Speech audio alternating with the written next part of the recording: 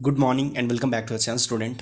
तो आज हम लोग करने वाले हैं बिहाई बुक का एक पोएम काठमांडू। जो हम लोग 10 चैप्टर पढ़े थे उसी में एक पोएम है a slumber did my spirit seal. ठीक है, इस पोएम को लिखे हैं विलियम वर्ड्सवर्थ। ठीक है, विलियम वर्ड्सवर्थ एक बहुत ही अच्छे रोमांटिक पोइट हैं। और अगर आप लोगों को नहीं पता है तो मैं बता दूं, विलियम वर्ड्सवर्थ और एस टी कॉलरिज दोनों मिल करके 1798 में एक बुक, एक मतलब लिरिकल बैलेड्स जो है, लिरिकल बैलेड्स साथ में मिल करके लिखे थे। एक मतलब पोएम का कंपोजिशन है। ठीक है, 1798 में। तो विलियम वर्ड्सवर्थ के बारे में मतलब ये एक पोएम जो लिखे हैं, इससे रिलेटेड मैं आप लोगों को कुछ चीज़ बता दूं। जैसे ये जो पोएम है इनकी एक बिलवड पे लिखा गया है। इन्होंने अपने बिलवड के बारे में लिखा है।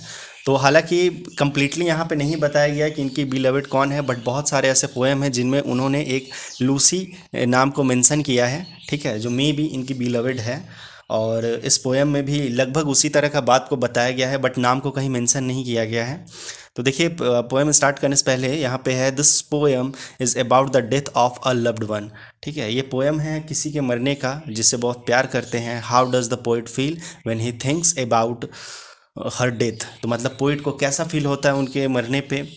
हाउ मतलब जो उनकी बिलवड है उनके मरने पे इन्हें कैसा फील होता है। और वो how does he imagine her to be after death. और उनके मरने के बाद वो जो पोइट हैं कैसा फील कर रहे हैं, कैसा इमेजिन कर रहे हैं। तो चलिए, सबसे पहले यहाँ जो पोएम का जो हेडिंग है a slumber did my spirit seal, इसका हम लोग थोड़ा देख लें कि ये जो टाइटल दिया गया इसका मीनिंग क्या हो सकता है। तो देखिए, स्लम्बर का मतलब होता है डीप स्लीप। ठीक है, गहरी नींद में सोना।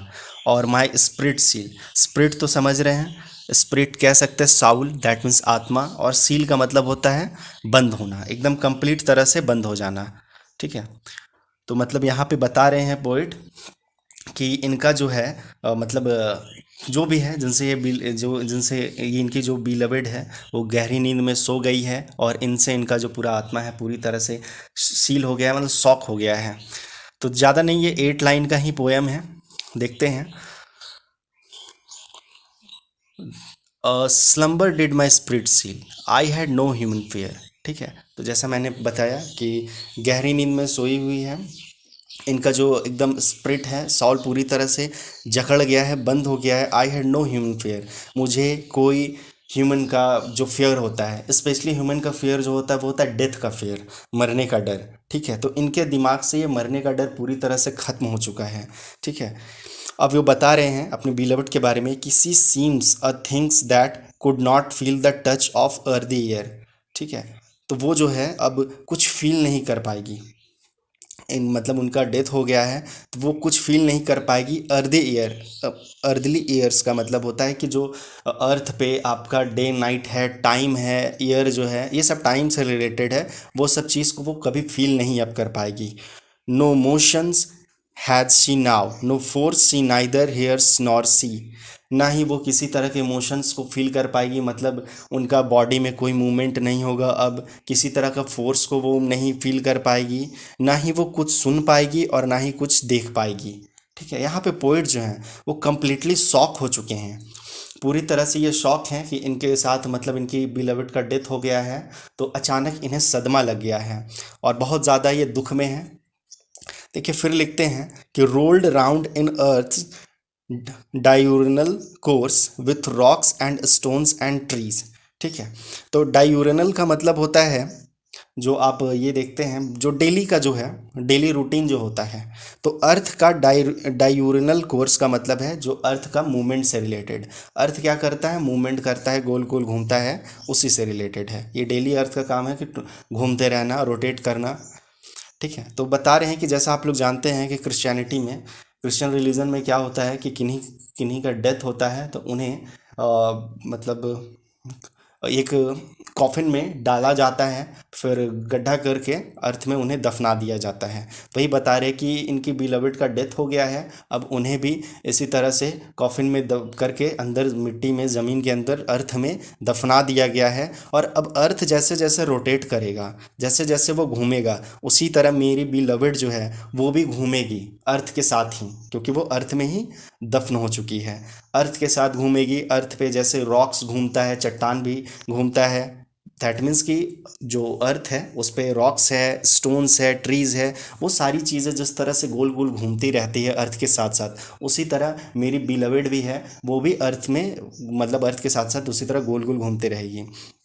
तो यहाँ पे पोयम में बस अपने जो ग्राइव है, दुख है, दर्द है, उसी को पोइट एक्सप्रेस कर पा रहे हैं कि अचानक जो है इनकी बिलवेड का डेथ हो गया है तो इन्हें कैसा फील हो रहा है। ये जो है आप कह सकते हैं कि रियल लाइफ से भी रिलेट करता है कि हम लोग जिससे बहुत प्यार करते हैं वो अचानक हमें छोड़ करके चला जाता है तो हमें काफ़ी शौक होता है, मतलब हम काफ़ी शौक हो जाते हैं।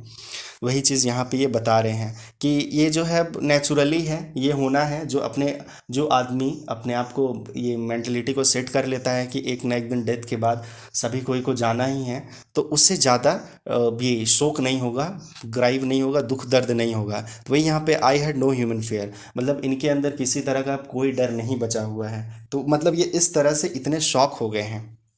ठीक है, तो यहाँ पे पोएम का जो एक्सप्लेनेशन है ये कंप्लीट हो गया है। अब इससे रिलेटेड कुछ 2-3 क्वेश्चंस हैं, तो इस क्वेश्चन का भी आंसर मैं इसमें बता देता हूँ। तो चलिए आगे हम लोग देख लेते हैं। देखिए फर्स्ट क्वेश्चन है आपका, अ slumber did my spirit seal, says the poet. That is a deep sleep, closed off his soul or mind. How does the poet react to his loved one death? Does he feel bitter grief or does he feel a great peace? तो जो poet बता रहे हैं कि उनकी beloved का जो death हुआ है, तो वो कैसा रिएक्ट कर रहे हैं, वो कैसा फील कर रहे हैं, जो वो फील कर रहे हैं क्या वो बाइटर गिरफ्ट बहुत ज़्यादा दुख दर्द वाला है या फिर ये ग्रेट पीस एक अच्छा शांति इनको दे रहा है। तो देखिए आंसर इसका हो जाएगा, the poet reacts to his loved one's death by saying that a deep sleep sealed his spirit. ठीक है, गहरा जो नींद है यानी उनका जो डेथ है उनकी आत्मा को पूरी तरह से सील कर दिया है, मतलब पूरा तरह से वो शॉक हो चुके हैं। He says that he has no human fear now, मतलब अब उन्हें किसी तरह के ह्यूमन से रिलेटेड डर नहीं है, मतलब डेथ का डर नहीं है। He feels a great shock but there is a sense of relief, उनको बहुत ज़्यादा सदमा तो लगा है लेकिन एक तरह से उनको रिलीफ भी फील हो रहा है कि his beloved one now beyond any early yearning, मतलब उनकी जो है बिलवेड है वो अर्थ का जो है, मतलब क्या बोलेंगे, ये लौकिक दुनिया से मुक्ति पा चुकी है, उनको मुक्ति मिल चुका है। अब उसके बाद सेकेंड है, the passage of time will no longer affect her says the poet, which line of the poem says this. तो पोएम के किस लाइन में ये कहा गया है कि मतलब कि जो टाइम है कोई तरह का इफेक्ट नहीं करेगा। तो देखिए, the following lines of the poem says this, तो ये लाइन है आपका, no motions hath she now, no force rolled around in earth's diurnal course. ठीक है, ये है आपका आंसर। अब उसके बाद थर्ड है आपका question, how does the poet imagine her to be after death. ठीक है, तो जो उनकी बिलवेड है उनके डेथ के बाद पोइट जो है क्या इमेजिन कर रहे हैं, does he think of her as a person living in very happy state, मतलब बहुत, मतलब वो क्या वो सोच रहे हैं कि बहुत खुश हैं, और does he see her now as a part of nature, मतलब वो क्या सोच रहे हैं कि उनकी बिलवेड हेवन में चली गई है या फिर उनकी बिलवेड जो है नेचर का एक पार्ट बन गई है। In which line of the poem do you find your answer, तो पोएम के किस लाइन में आपको ये चीज़ मिल रहा है, कहाँ पे आपको मिलता है। तो देखिए इसका आंसर हो जाएगा, the poet imagine the poet imagines her to be a things that could not feel the touch of the earth. He sees her now as a part of nature। तो ठीक है, वो अपनी बिलवेड को अब समझते हैं कि उसके डेथ के बाद वो एक नेचर का पार्ट बन चुकी है। In the following line of the poem we find our answer. तो देखिए ये लाइन है, सी नाइदर हियर्स और नॉर सीज, मतलब वो ना कुछ सुन सकती है और ना देख सकती है। Rolled around in earth's diurnal course, ठीक है, और अर्थ का जो डेली रोटेशन है उसी में वो घूम रही है। ठीक है, मतलब अर्थ के अंदर वो समा गई है, अब अर्थ जैसे जैसे रोटेट करता है उस तरह वो भी डेली रोटेट करेगी। तो पोएम का एक्सप्लेनेशन और क्वेश्चन आंसर यहाँ पे आपका ख़त्म हो गया है।